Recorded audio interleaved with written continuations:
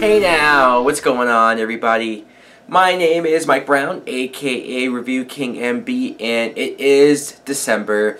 It is the end of the year, 2015, so of course, why not?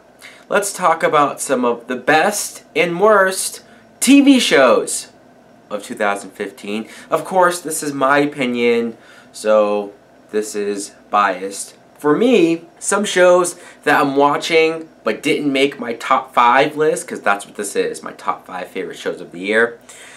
Shows I'm watching, shows like Gotham, Supernatural, Ash vs. Evil Dead, which is newer, Game of Thrones, American Horror Story, Supergirl, and Beauty and the Beast. Yes, I'm still watching that show. I'm the guy who's still watching that show. Let's actually talk about what I think was the worst TV show of this year.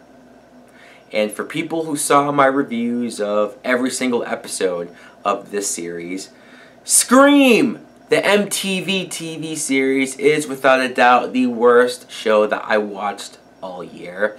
Who knows, maybe there were worst shows from this past year, but I didn't see them. This was the only one that I gave a chance because of my love of the original Scream movie, and it severely disappointed me. Just completely tore my fandom apart. I hated everything about this show. The horrible writing, the horrible acting, especially the main character. That actress, I'm sorry, she was fucking awful. The only decent thing about the show were some of the kills, because they were bloody, they were gory. But there was even a time where like 3, 4, maybe even 5 episodes went by where nobody died. I had to sit there and watch nothing but teen, horrible MTV drama for every one of those episodes. Season 2 is happening for next year. Will I watch it? I guess if enough people want me to watch it and rant on it, I'm willing to do that. My most anticipated show for 2016, like a new show that's debuting, this is probably fairly obvious. DC's Legends of Tomorrow. Not only do the commercials and the trailers and everything look awesome, but this is cool. This is different. This is something where DC or CW are thinking out of the box. Sure, Marvel did it last year with Agent Carter, which I neglected to mention in the shows that I'm watching, but that was very good as well. But this is something to hold us over in the mid-season period.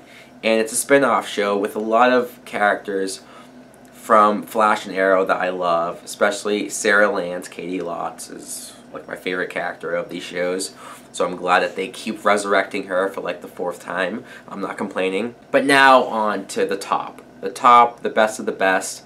In my opinion, coming in at number 5, The Flash. Now, if you would have asked me about Season 1's Flash, well, that clearly is at the top of the list. Season 1, I loved Season 1's Flash. Season 2, I've still enjoyed a lot, which is why it's on the list. I don't know if the show, it's still to be seen for the second half of the season, but I don't know if they can maintain that emotional level that got me in the Season 1 finale. I cried during that finale, so you could tell that really hit me. This season, though, I've loved everything that they've done with the parallel universes, or Earth 2, and just bringing in villains from that. Number 4 might be a little controversial, but Arrow. Now, many people will say that they think Flash is better than Arrow, and I can't really disagree with that.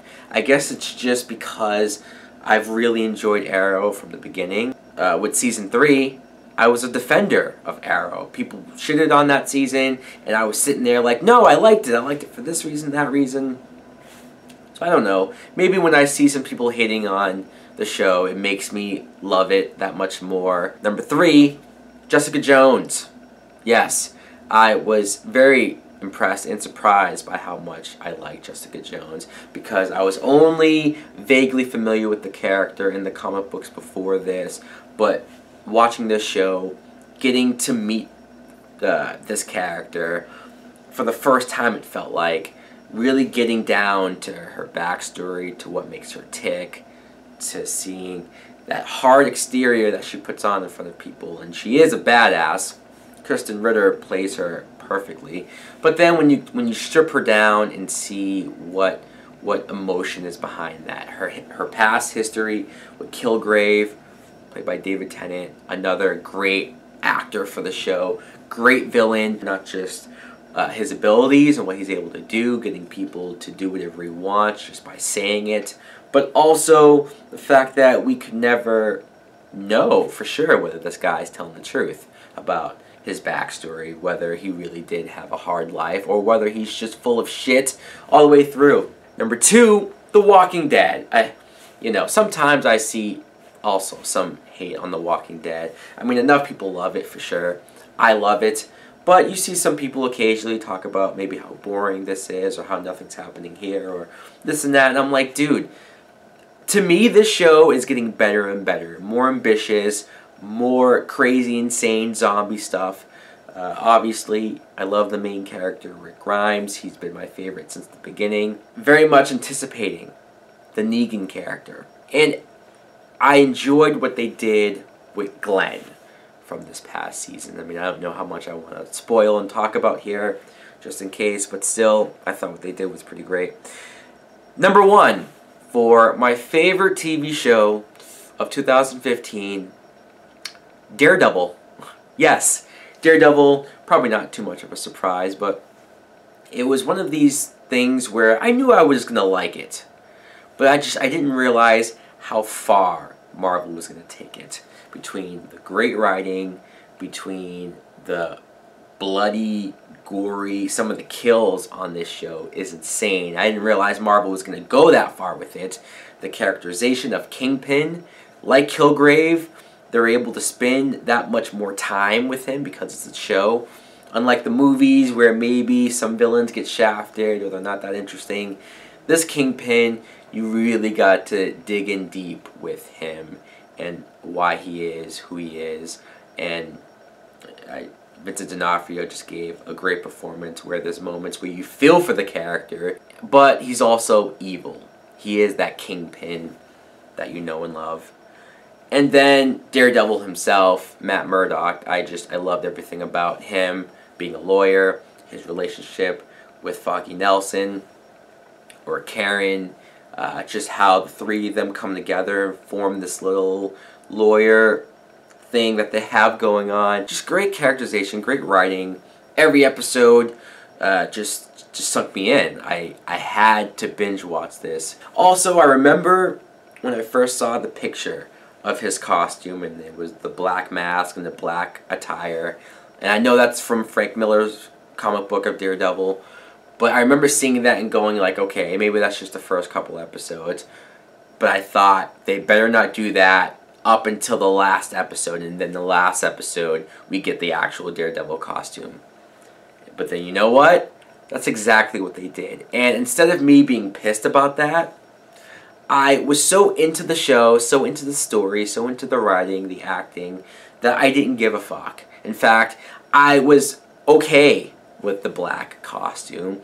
That was Daredevil to me. Now that we know for sure that there is a season 2 and that the Punisher is showing up, what more can you ask for with this show? With what they're doing, it's perfect. It's perfect. I can't complain at all. So guys, yes, that's some of my favorite and worst TV shows of 2015. Hope you enjoyed my list. Let me know in the comments below what are some of your favorite, what are some of your worst. Thanks for watching. Like, comment, subscribe. Later!